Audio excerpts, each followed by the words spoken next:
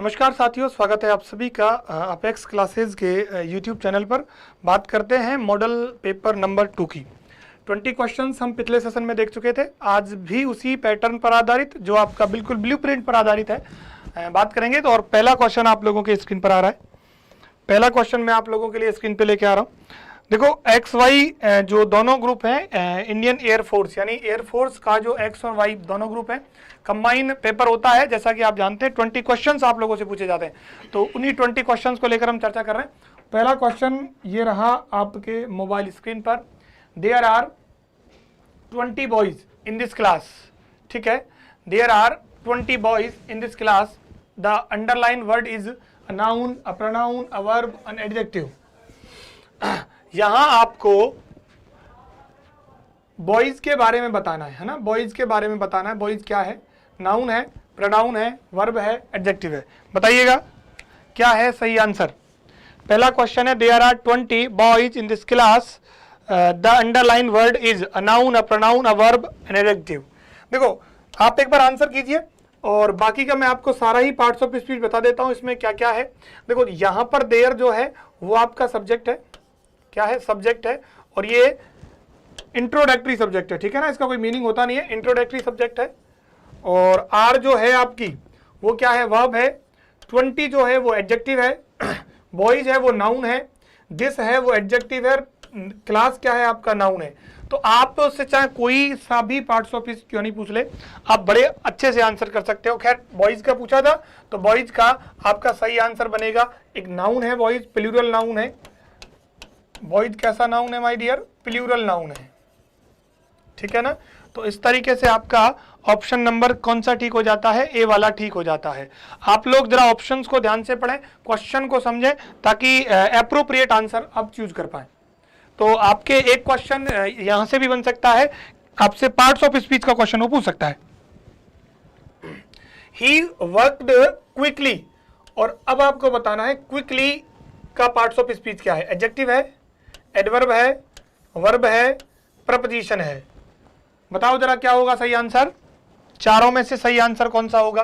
देखो जरा, यहां आपको सब्जेक्ट दिया गया है, सब्जेक्ट के बाद आपका वर्ब है, और वर्ब के बाद आप लोगों को क्या दिया गया है? वर्ब के बाद आपको वर्ब के बाद जो आपको वर्ड दिया गया है, जो वर्ड दिया गया है उसका पार्ट्स ऑफ स्पीच बताना है, उसका पार्ट्स ऑफ स्पीच बताना है। क्या होगा भाई सही आंसर? क्विकली। देखो क्विकली किसको क्वालिफाई कर रहा है? वर्क को। ठीक है ना, वर्क को कर रहा है। और वर्क यहां पर क्या है? वर्ब। क्लियर ना, क्या है? वर्ब है। और वर्ब को जो क्वालिफाई करे, are you getting my point? Verb को जो क्वालिफाई करे वो बताओ क्या होता है? एडजेक्टिव। नहीं, वर्ब को क्वालिफाई थोड़ी ना करता है, वर्ब खुद ना थोड़ी ना होगा, प्रपोजिशन थोड़ी ना होता है। जब तीन ऑप्शन आपके एलिमिनेट हो गए तो एक ही तो बचा, दैट इज एडवर्ब। तो एडवर्ब आपका बिल्कुल सही आंसर बनता है। चलो नेक्स्ट क्वेश्चन देखिएगा। I always book my seats in advance. There is a book on the table. The underline words are verb and adjective, verb and noun, noun and noun, noun and adjective. अब देखो आपको यहां answer करना है। बताइए आपको यहां my dear answer करना है बुक माई सीट का। ठीक है ना, किसका आंसर करना है? बुक माई सीट्स का। तो अब आप बताओ जरा, बुक माई सीट्स ये आपका कौन सा पार्ट्स ऑफ स्पीच है? ये आपका कौन सा पार्ट्स ऑफ स्पीच है? देखो बुक माई सीट, इसमें से इन दोनों को बताओ आप, है ना, ये तो इसी का वर्ड है। तो आप इन दोनों को बताओ, बुक और माई, इनमें से क्या दोनों का पार्ट्स ऑफ स्पीच है वो क्या होगा? देखो ऑलवेज तो एडवर्ब है और एडवर्ब ऑफ फ्रीक्वेंसी है, तो इसके बाद में तो क्या आती है? वर्ब आती है। ठीक है, तो वर्ब हो गया। और माई जो है वो सीट्स को क्वालिफाई कर रहा है, और सीट्स को क्वालिफाई कर रहा है तो नाउन को जो क्वालिफाई करे वो क्या कहलाता है? एडजेक्टिव कहलाता है। वो क्या कहलाता है? एडजेक्टिव कहलाता है। तो आपका सही आंसर बिल्कुल ए ऑप्शन बनेगा verb and adjective, verb and adjective, बिल्कुल आपका ऑप्शन नंबर ए सही है। He is quite friendly with me, तो यहां पर आपको आंसर करना है फ्रेंडली का, कि फ्रेंडली जो है वो कौन सा पार्ट्स ऑफ स्पीच है, फ्रेंडली है वो आपका कौन सा पार्ट्स ऑफ स्पीच है, एडवर्ब है, एडजेक्टिव है, नाउन है या वर्ब है। क्वाइट के बाद आपको जो वर्ड दिया गया है दैट इज फ्रेंडली, ठीक है ना, दैट इज फ्रेंडली। तो फ्रेंडली बताओ आपका कौन सा पार्ट्स ऑफ स्पीच है। देखो क्वाइट जो है वो भी एडवर्ब है, लेकिन ये किसको क्वालिफाई कर रहा है, फ्रेंडली को।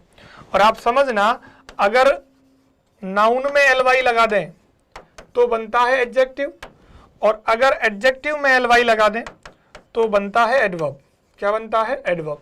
सो फ्रेंडली बना किससे है, फ्रेंड से, और फ्रेंड अपने आप में क्या है, नाउन, और नाउन में लगाया एलवाई, नाउन में अगर हमने एलवाई लगाया तो क्या बनेगा माय डियर, एडजेक्टिव। तो ऑप्शन आपका बी वाला होगा सही, ऑप्शन होगा आपका बी वाला सही। चलिए खैर नेक्स्ट देखो, the early train reached early, the early train reached early. तो अब आपको इस वाले को भी बताना है और इस वाले को भी बताना है, दोनों को बताना है। यहां अर्ली किसका काम कर रहा है, वहां अर्ली किसका काम कर रहा है, दोनों में फटाफट बता दीजिए। देखो एक में तो ट्रेन को कर रहा है क्वालिफाई, ट्रेन को कर रहा है क्वालिफाई कौन, अर्ली। अर्ली अगर ट्रेन को क्वालिफाई कर रहा है तो अर्ली कहलाएगा क्या, एडजेक्टिव। और अगर अर्ली वर्ब को कर रहा है क्वालिफाई, अगर अर्ली कर रहा है वर्ब को क्वालिफाई तो कहलाएगा एडवर्ब। तो एक तो एडजेक्टिव और एक एडवर्ब, पहले एडजेक्टिव, इसमें इन दोनों में तो नहीं है, गलत है, और दूसरे में एडवर्ब, तो यहां एडजेक्टिव, तो ये भी गलत। तो ऑप्शन नंबर ए वाला ही आपका ठीक बनेगा, ए वाला ही आपका ठीक बनेगा। चलो तो देखिएगा माय डियर, अगर आप एयरफोर्स, नेवी, एनडीए, डिफेंस के किसी भी सेगमेंट की तैयारी करते हैं तो आप जयपुर आ सकते हैं और हमारी ऑफलाइन क्लासेस में आप बड़े अच्छे तरीके से तैयारी कर सकते हैं। रेगुलर और कंसिस्टेंट क्लासेस के साथ बड़े अच्छे लेवल की, सुपीरियर लेवल की तैयारी करवाई जाती है। एड्रेस आपको पता ही है, गोपालपुरा बाईपास जयपुर, और आप जोधपुर में भी प्रिपरेशन कर सकते हो अगर आप वहां के आसपास के रहने वाले हो। एड्रेस दिया हुआ है, कुड़ी भगता सनी हाउसिंग बोर्ड जयपुर, ठीक है ना। तो आप चाहे एयरफोर्स की करो चाहे नेवी की करो, किसी भी, गर्ल्स और बॉयज दोनों के लिए है। तो एक बार आप जरूर, अगर डिफेंस के सेगमेंट से जुड़े हुए हैं या डिफेंस की तैयारी करना चाहते हैं तो एक बार जरूर आप एक बार डेमो लेके देखें, आपको पता खुद लग जाएगा। चलिए क्वेश्चन नंबर 6 की बात करेंगे। That pen is mine, that is my pen, the underlined that in the about two sentences. देखो यहां तो दैट क्या है और यहां दैट क्या है, दोनों के बारे में बताना है, दोनों के बारे में बताना है। देखो बड़ा सिंपल है, यहां दैट कर रहा है क्वालिफाई नाउन को तो एडजेक्टिव कहलाएगा, और यहां अकेला है तो प्रोनाउन कहलाएगा। और आप इसे डिटर्मिनर भी मान सकते हैं, एडजेक्टिव जो होते हैं वो ऑटो अपने आप में क्या है, डिटर्मिनर होते हैं। तो यहां तो डिटर्मिनर है और वहां प्रोनाउन है, तो आपका ऑप्शन नंबर डी बन जाएगा। कॉन्सेप्चुअल चीज है, आसानी से समझ सकते हो आप। यहां जब नाउन को क्वालिफाई करेगा तो डिटर्मिनर, और वहां अकेला आएगा तो प्रोनाउन।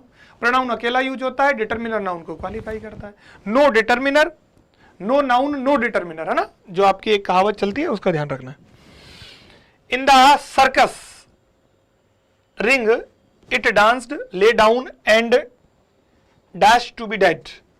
देखो in the circus ring it danced, तो वर्ब का सेकंड फॉर्म है ना, और लाई का सेकंड फॉर्म ले, तो भी सेकंड फॉर्म, तो फिर तीसरा भी क्या आएगा, ऑप्शन नंबर बी सी को जाएगा, and pretended to be dead, सब में आपका सेकंड फॉर्म आ जाएगा। नेक्स्ट देखो जरा, once there was a king, है ना, और who dash very fond new clothes. तो यहां पर आपका पास्ट टेंस है तो हैज बीन नहीं होगा और इज नहीं होगा और वुड भी नहीं होगा, पॉसिबिलिटी की बात नहीं है। एक ही ऑप्शन बचा आपके पास, कौन सा, डी। तो आपका यहाँ सही आंसर क्या बनेगा, was, who was very fond of new clothes, नए कपड़े पहनने का बड़ा शौक था। She took the empty earthen picture and dash out.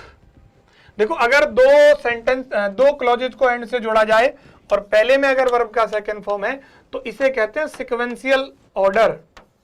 क्या कहते हैं, सिक्वेंशियल ऑर्डर। और आपका सही हो जाएगा सेकंड फॉर्म, यानी कि वेंट आपका बिल्कुल सही आंसर बनेगा। क्या बनेगा, D. She took the empty earthen picture and went out. ठीक है, एंड वेंट आउट। चलो 10 नंबर का question. Pasteur knew that he dash away to save people from the danger of dog bite. Pasteur जानता था कि dash away to save people from the danger of doing. तो देखो यहां अगर past है, यहां अगर पास्ट है तो प्रेजेंट तो नहीं हो सकता, ठीक है ना, और यहां पास्ट है तो यहां पर आपका होगा पास्ट परफेक्ट, और पास्ट परफेक्ट होगा तो आपका ऑप्शन नंबर कौन सा हो जाएगा, सी वाला ठीक बनेगा। पास्ट परफेक्ट में ऑप्शन नंबर सी वाला बनेगा। ऑप्शन नंबर कौन सा बनेगा, सी बनेगा। तो 10th नंबर में आपका सही ऑप्शन कौन सा है, सी है। चलो नेक्स्ट देखो, he has taken to dash habit of smoking, है ना, हैबिट ऑफ स्मोकिंग। आपको आर्टिकल्स का यूज करना है, किसका यूज करना है आपको, आर्टिकल्स का यूज करना है। देखो डैश हैबिट ऑफ स्मोकिंग, ठीक है ना। तो अगर आपको हैबिट ऑफ स्मोकिंग का मतलब है एक कोई हैबिचुअल एक्शन की तरह यूज किया गया है ना, तो यहां पर आपको क्या लगाना पड़ेगा, हैबिट के लिए क्या लगाना पड़ेगा, आर्टिकल आ लगाना पड़ेगा। अदरवाइज स्मोकिंग के लिए कुछ नहीं आता, लेकिन हैबिट की बात की गई है ना तो आर्टिकल आएगा। I have no money, I have no money, और in a bank, in an bank. अब देखो एन तो हो ही नहीं सकता, ठीक है, और मनी कहां नहीं है तो किसी पर्टिकुलर बैंक की तो बात करेंगे, तो इस फ्रेज में क्या लगाना पड़ेगा, हमें इन द बैंक लगाना पड़ेगा। क्या लगाना पड़ेगा, इन द बैंक, नहीं ए नहीं आएगा, इन द बैंक आएगा, पर किसी पर्टिकुलर बैंक की बात हुई है। I meet old woman. अब बताओ क्या लगाओगे, वुमन है, सिंगुलर है, लेकिन लगेगा वुमन के लिए, और जो साउंड होगा वो ओल्ड का होगा, है ना, ओल्ड का होगा, ओ का होगा, तो आंसर आपका क्या बनेगा, एन बनेगा। आंसर क्या बन जाएगा आपका, एन ऑप्शन बनेगा। I meet an old woman, है ना। अच्छा यहां ये मेट होना चाहिए, प्रेजेंट में नहीं, पास्ट में लिखा जाएगा, I met an old woman. Unidentified है तो एन लगाएंगे, आइडेंटिफाइड होता तो दे पे जाते। I have you dash difficulty, तो ये तो क्लियर है, यहां तो एनी आएगा। इंटरोगेटिव सेंटेंसेस में हैव यू एनी डिफिकल्टी, ये तो सिंपल बोला जाता है। तो यहां तो इंटरोगेटिव सेंटेंस में जनरली हम एनी को प्रीफर करते हैं ना, हैव यू एनी डिफिकल्टी, तो आपका ऑप्शन बी बनेगा। अच्छा ए और एन तो इसका कंडीशन में बनेगा ही नहीं, यहां क्या बनेगा, एनी, एनी का यूज करेंगे ना, सम का यूज नहीं करेंगे। किसका यूज होगा, एनी का। तो 14 नंबर का क्वेश्चन ऑप्शन बी के साथ होता है सही, हैव यू एनी डिफिकल्टी। अच्छा अब आपको बनाना है क्या, पैसिव वॉइस। क्या बनाना है, पैसिव वॉइस, और हु से दे दिया सबसे पहले। टेंस है प्रेजेंट इंडेफिनिट, ऑब्जेक्ट आपके पास डबल है, यानी 2 ऑब्जेक्ट वाला सेंटेंस है। कितने ऑब्जेक्ट हैं, 2। अच्छा सबसे पहले आप क्या करोगे, इसको छोड़ो, आप सीधा बनाओ। देखो ऑब्जेक्ट को बनाओ सब्जेक्ट, तो यू को लाओगे पहले, सेकेंड फॉर्म यू को लाओगे पहले सब्जेक्ट, वर्ब लगाओगे, प्रेजेंट है तो इसके हिसाब से क्या आ जाएगी, आर, और टीच का थर्ड फॉर्म क्या हो जाएगा, टॉट। आप इसी को ढूंढ लो, आधी सी प्रॉब्लम खत्म, वो जाएगा नहीं, वर आएगा नहीं, विल आएगा नहीं, पूरा बनाने की जरूरत कहाँ पड़ रही है, सीधा ही लगाओ ना आंसर भी। ऑप्शंस करो एलिमिनेट, एलिमिनेट करने से करीब आपकी 50% प्रॉब्लम दूर हो गई। खैर इसमें तो पूरी की पूरी दूर हो गई, है ना। ऑप्शन बी आपका बिल्कुल सही बनेगा ना। आपको सिर्फ टेंस पहचानना है, प्रेजेंट है तो फिर पास्ट तो कैसे ही हो सकता है, पैसिव में थोड़ी ना बदलते हैं, और फ्यूचर भी नहीं होगा, तो फिर एक ही ऑप्शन बचा, वही बचेगा, फिर बी ऑप्शन सही बनेगा आपका।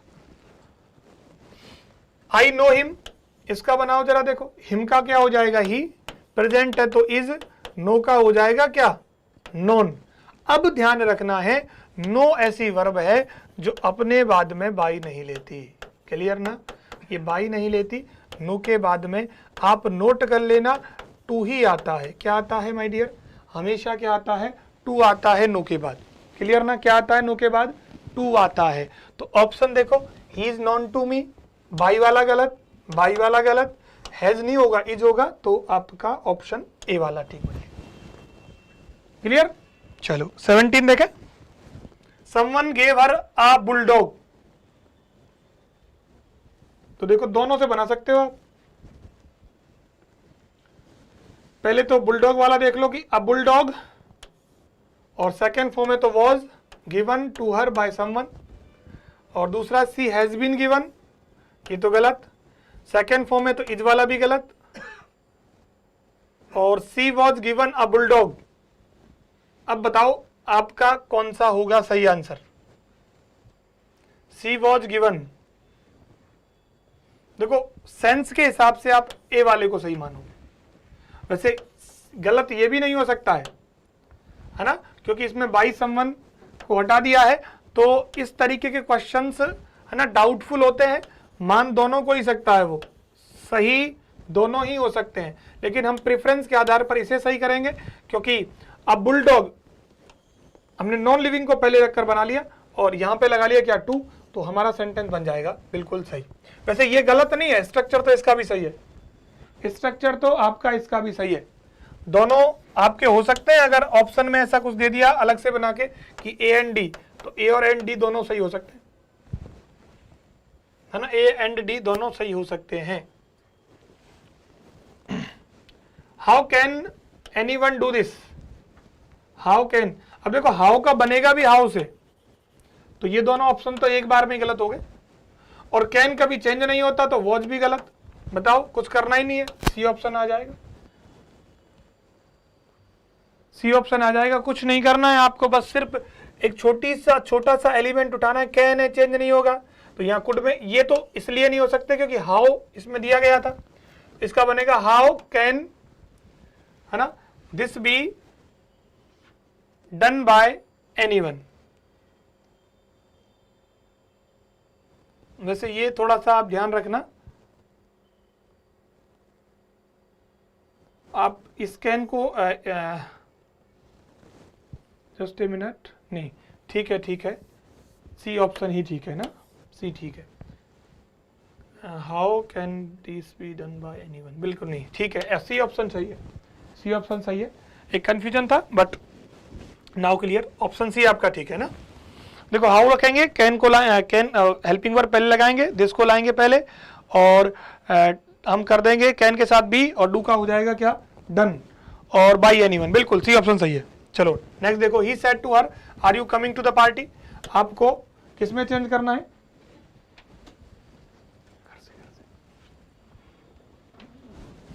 ही she said to her are you coming to the party, तो इसका सेड टू को आप चेंज करोगे आस्क्ड में, बिल्कुल टोल्ड नहीं होगा, है ना, और are you coming to the party, are you coming to the party, तो एक ऑप्शन तो आपका गलत हुआ, आर यू का हो जाएगा वॉज, तो विल नहीं होगा, इसको तो हटाओ, इसको तो हटाओ, तो आपका डी गलत हो गया और बी गलत हो गया, ए और सी ऑप्शन बचा।